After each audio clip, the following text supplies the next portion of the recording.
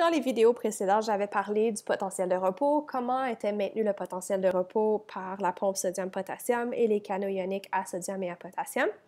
Et j'avais aussi parlé de comment est-ce qu'on atteint le potentiel seuil, quel est le potentiel seuil. Dès qu'on atteint le potentiel seuil, c'est là où tu vas avoir des canaux à sodium qui vont s'ouvrir, qui sont tensiodépendants. Ça va déclencher la phase de la dépolarisation du potentiel d'action, qui va ensuite être suivi par la phase de repolarisation et d'hyperpolarisation et du retour au potentiel de repos. Donc ça, j'avais tout mentionné ça dans mes dernières vidéos en montrant le mouvement des ions et l'implication des différentes protéines de transport dans ton axone. Donc, on avait vu la pompe sodium-potassium, j'avais vu que le potentiel de la membrane au repos est autour de moins 70 mV, où l'intérieur de la cellule est plus négatif que l'extérieur et que la différence de charge est de moins 70 mV. Et j'avais aussi dit que dès qu'il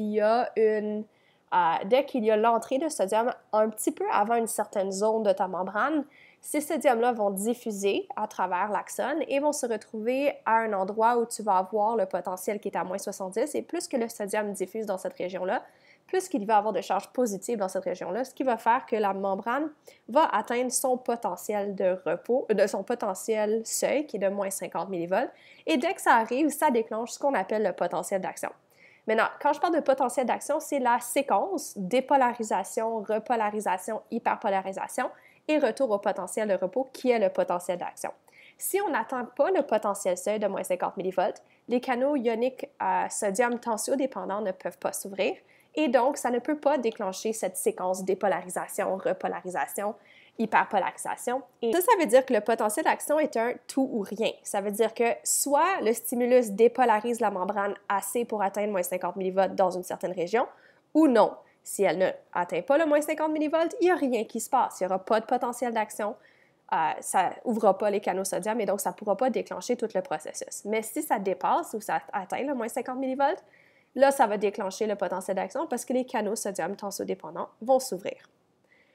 Maintenant, ces canaux sodium, laissez-moi juste régler un petit problème technique avec mon ordinateur.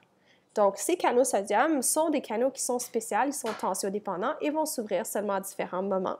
Donc, les canaux à sodium, eux, vont s'ouvrir seulement quand tu atteins, donc ici, on va dire, ils vont ouvrir à moins 50 mV et vont se fermer, ou s'inactiver plutôt, à plus 30 mV à peu près. Et ils vont ensuite revenir à fermer, donc de désactiver par la phase de désactivation à fermer, quand il va y avoir la repolarisation et l'hyperpolarisation, donc quand on va retourner environ à moins 70 mV, ça va se fermer complètement. Les canaux à potassium, eux, on a vu qu'ils sont fermés, mais ils vont seulement s'ouvrir lorsqu'on va atteindre plus 30 mV et ils vont se refermer quand on fait la dépolarisation. Donc ici, quand on va atteindre à peu près moins 70 mV, ça va se refermer et redevenir inactif. Et à cause de ces canaux sodium et potassium qui sont dépendants du potentiel de la membrane, c'est là où on peut avoir un potentiel d'action. Maintenant, ça, c'est la séquence de potentiel d'action et de l'implication des protéines et de comment est-ce qu'elles peuvent permettre ce potentiel d'action. Maintenant, rappelez-vous que les canaux ioniques à sodium et potassium qui ne sont pas tensiodépendants, eux sont toujours ouverts et que les canaux à sodium sont beaucoup moins perméables que ceux à potassium. Rappelez-vous aussi que la pompe sodium-potassium est toujours en action. Ici, si on se concentre par contre aux canaux qui sont importants pour le potentiel d'action, on peut voir qu'est-ce qui arrive à la polarité de la membrane ou au potentiel de la membrane à ces différents événements. Donc, la première partie, ici, c'est ton potentiel de repos. Donc, quand tu es en 1, tu es à ton potentiel de repos. Puis ça veut dire que ta membrane, si tu regardes la polarité de ta membrane à ce moment-là, donc si ça c'est ta membrane, ça serait le cytoplasme, ça serait le milieu extracellulaire. Bien, dans ton cytoplasme, ça sera plus négatif et ton milieu extracellulaire va être plus positif. Ensuite, il va y avoir la diffusion de sodium qui va venir d'un autre endroit avant cette région-là que l'on étudie, ou plutôt cette région-là que l'on étudie. Et le sodium va diffuser dans cette direction, ce qui va augmenter le nombre de charges positives dans cette région-là à l'intérieur du cytoplasme. Ça va faire que tu vas avoir la polarité de la membrane qui va changer. Donc ça, ce serait l'étape 2. Et s'il y a suffisamment de sodium qui diffuse, tu vas être capable d'ajouter assez de charges positives pour atteindre ton potentiel seuil. Donc ici, l'étape 2, c'est ton potentiel seuil, qui est de moins 50 millivolts. Lorsque tu atteins ton potentiel seuil de moins 50 millivolts, c'est là où on sait que les canaux à sodium vont s'ouvrir, parce que ça ouvre à moins 50 millivolts. Ça permet une entrée massive de sodium, ce qui veut dire qu'ici, maintenant, tu as beaucoup de sodium qui entre. Donc, une entrée massive de sodium qui entre, et faire entrer plus de sodium à l'intérieur de ta membrane rend l'intérieur plus positif. C'est ça qui fait que le potentiel de la membrane augmente. Tu augmentes le nombre de charges positives, donc la différence entre les charges des deux côtés devient de moins en moins grande. Tu vas de moins 50, moins 40, moins 30, moins 20. Éventuellement, tu arrives à 0. Quand tu arrives à 0, ça veut dire que tu as le même nombre de charges positives des deux côtés. Mais le sodium va tellement diffuser dans la membrane qu'éventuellement, tu vas dépasser le 0 et tu vas aller dans le positif. Quand tu arrives dans le positif, ça veut dire que l'extérieur est maintenant plus négatif que l'intérieur. C'est-à-dire que ici, si j'efface ça en mettant de la couleur blanche, l'intérieur maintenant est positif et l'extérieur est maintenant négatif, ce qui inverse la polarité, donnant un potentiel qui est positif. Cette phase-ci, donc toute cette phase-là de là à là, c'est ce qu'on appelle la dépolarisation. Tiens, je vais écrire le reste ici. Quand tu atteins le sommet, qui est généralement autour de plus 30 millivolts, comme c'est indiqué dans le schéma, les canaux à sodium s'inactivent. Donc, on voit qu'ils sont inactivés maintenant à cet endroit-là parce que ça correspond à, si tu regardes le schéma, ces canaux-là. Donc, les canaux à sodium qui sont ici vont s'inactiver. Les canaux à potassium vont s'ouvrir, ce qui va permettre une sortie massive de potassium. Donc là, maintenant, tu as du potassium qui sort dans cette direction-là en très grande quantité de ta membrane. Donc ça, c'est ton potassium. En faisant sortir ton potassium de façon massive à l'extérieur, ça rajoute des charges positives à l'extérieur et ça fait que l'intérieur devient moins positif. C'est-à-dire que si j'enlève des charges positives, je peux les remplacer par des charges négatives.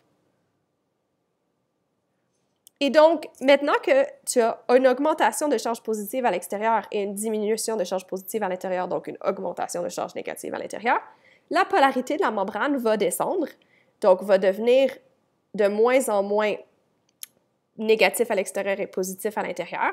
Éventuellement, la distribution des charges positives et négatives vont être les mêmes, donc tu arrives à 0.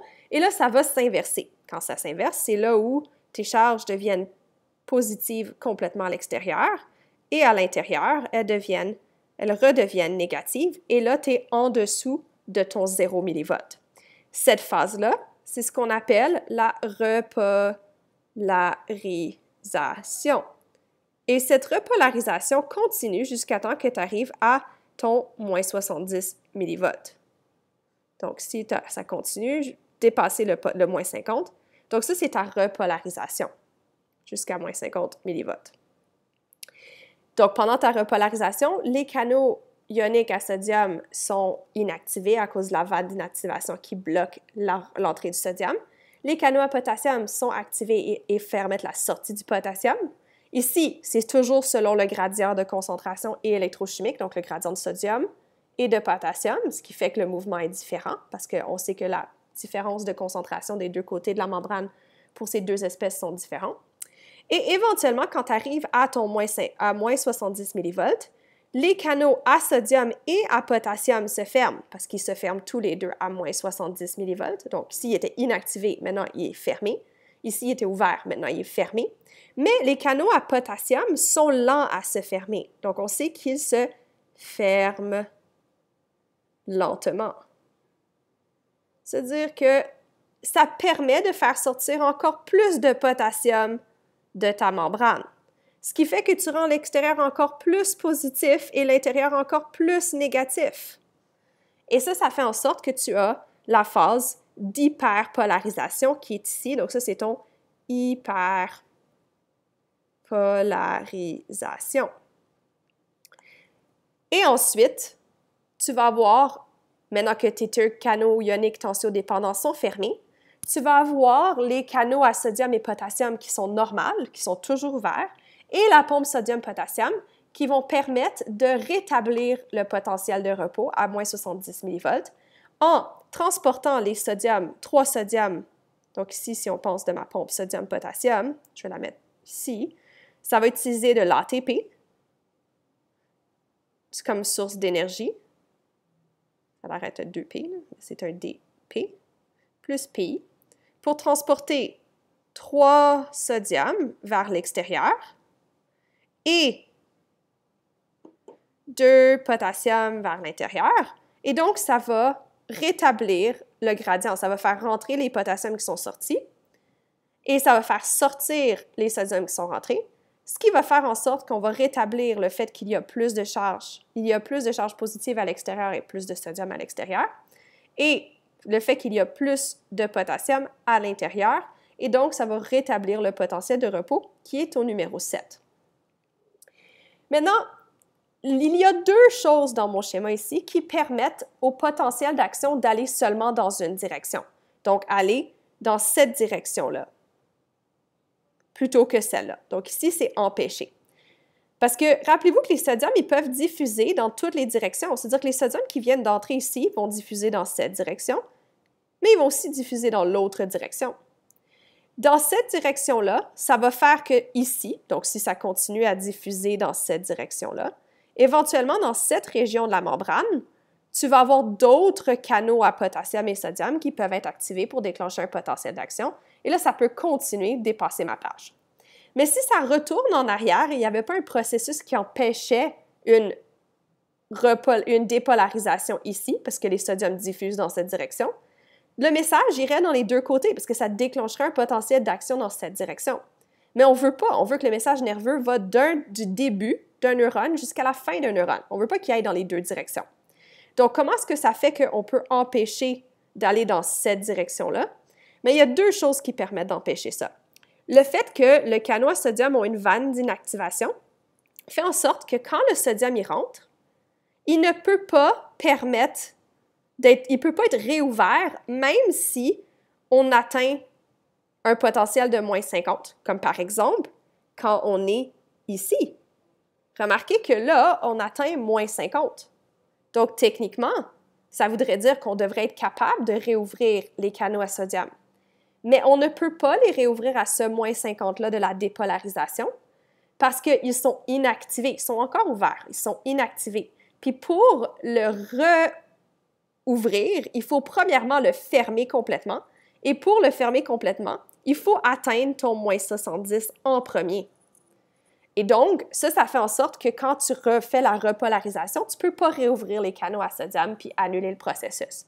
Mais une autre chose qui empêche le message de retourner en arrière, c'est le fait que tu as une hyperpolarisation. Ça, c'est le deuxième. C'est-à-dire, ça, c'est les 2 facteurs qui permettent au message d'aller seulement dans une seule direction. Parce que si cette région-ci, maintenant, est hyperpolarisée, si j'ai du sodium qui est rentré ici, par un processus similaire à ce qui est arrivé ici, les sodiums qui sont rentrés ici et qui diffusent dans cette direction-là, qui est la direction opposée à laquelle on veut qu'ils diffusent, ils ne peuvent pas permettre d'atteindre le moins 50 parce qu'ils sont à moins 90. C'est-à-dire que ça prend beaucoup plus de sodium pour passer de moins 90 à moins 50 que de moins 70 à moins 50. Donc, le fait que c'est hyper polarisé, ça empêche aussi au potentiel d'action d'être réactivé, mais par erreur, parce qu'il y a eu du sodium qui a diffusé d'un endroit où un autre potentiel d'action a été déclenché un petit peu plus loin. Donc, ces 2 phénomènes-là empêchent le potentiel d'action de rebrousser chemin. Ça peut juste aller dans une seule direction. Donc, si on regarde le tout ensemble, tu es au potentiel de repos, tes canaux sodium-potassium tensiodépendants sont fermés. Il y a quelque chose qui fait qu'il y a de l'entrée du sodium, qui fait que ici, ça devient plus positif, ce qui fait que les canaux à sodium peuvent s'ouvrir plus positif, ce qui fait que le potentiel de la membrane monte, monte, monte. Quand il arrive à moins 50, ça ouvre ses canaux. Dépolarisation, tu arrives à plus 30. Ici, ils disent plus 40. Comme j'ai dit, les valeurs peuvent varier légèrement. Ici, les canaux à sodium s'inactivent, les canaux à potassium s'ouvrent, repolarisation. Les canaux à sodium se ferment à moins 70. Les canaux à potassium se ferment aussi, mais très lentement, ce qui fait qu'il y a plus de potassium qui sort qu'on s'attend à ce qu'il sorte, ce qui fait que l'intérieur devient encore plus négatif et l'extérieur encore plus positif qu'au repos. Ça fait que tu es en hyperpolarisation et éventuellement, les deux canaux à sodium et potassium à tensiodépendant sont fermés et ça fait en sorte que les canaux à sodium et potassium normaux et la pompe sodium-potassium peut rétablir le potentiel de repos. Ici, il y a une vidéo intéressante qui vous montre encore ce processus-là de façon peut-être un petit peu plus visuelle et avec un petit peu moins de gribouillis que mon schéma précédent. Et donc ici, c'est juste aussi pour démontrer que le potentiel de repos, le potentiel d'action ne peut pas rebrousser chemin à cause des différents facteurs qui ont été mis en place. Donc ici, on voit qu'il y a eu de l'entrée du sodium à quelque part qui a diffusé dans cette région-là. Ça déclenche un potentiel d'action et ça fait rentrer du sodium. Donc là, tu as rentré du sodium. Le sodium diffuse encore dans cette direction-là. Mais il va aussi diffuser dans l'autre direction. En diffusant vers la droite, donc dans cette direction-là, tu vas atteindre le moins 50, déclencher un potentiel d'action. En déclenchant un potentiel d'action, tu vas avoir l'entrée de sodium. Le sodium va diffuser dans ces deux directions-là, parce que c'est un ion qui peut diffuser en solution aqueuse et le cytoplasme est une solution aqueuse. Par contre, si le sodium arrive dans cette région-là, tu vas avoir tes deux facteurs, mais le facteur principal, c'est que tu as une hyperpolarisation. Donc ici, à cause que tu as une hyperpolarisation, l'intérieur est comme à moins 90 millivolts. Donc, le fait d'ajouter un peu de sodium va peut-être augmenter à moins 70 millivolts le potentiel de la membrane dans cette région-là, avec l'ajout du sodium. Donc, tu passes de moins 90 à moins 70. Mais ça ne déclenche pas un potentiel d'action, parce qu'il faut que tu atteignes moins 50. Par contre, si le sodium diffuse dans cette région-là, le potentiel de la membrane qui était à moins 70 millivolts, parce qu'il était au repos, va passer de moins 70 à moins 50 millivolts. Et donc, ça va déclencher un potentiel d'action, donc PA. Et c'est là où tu déclenches ton potentiel d'action pour arriver ici et faire entrer plus de sodium et ainsi de suite. Donc, comme vous pouvez voir, le fait d'avoir une hyperpolarisation ici permet au message d'aller seulement dans une direction et empêche le message de rebrousser chemin. Et aussi, comme j'ai dit, le fait que les canaux à sodium sont inactivés de ça à là, donc de là à là, c'est inactivé, ça fait que ça ne peut pas être réouvert à moins 50 millivolts non plus, ce qui fait que tu ne peux pas comme annuler ce qui a été fait ici. Il faut que tu ailles en hyperpolarisation puis que tu reviennes au potentiel de repos avant de recommencer.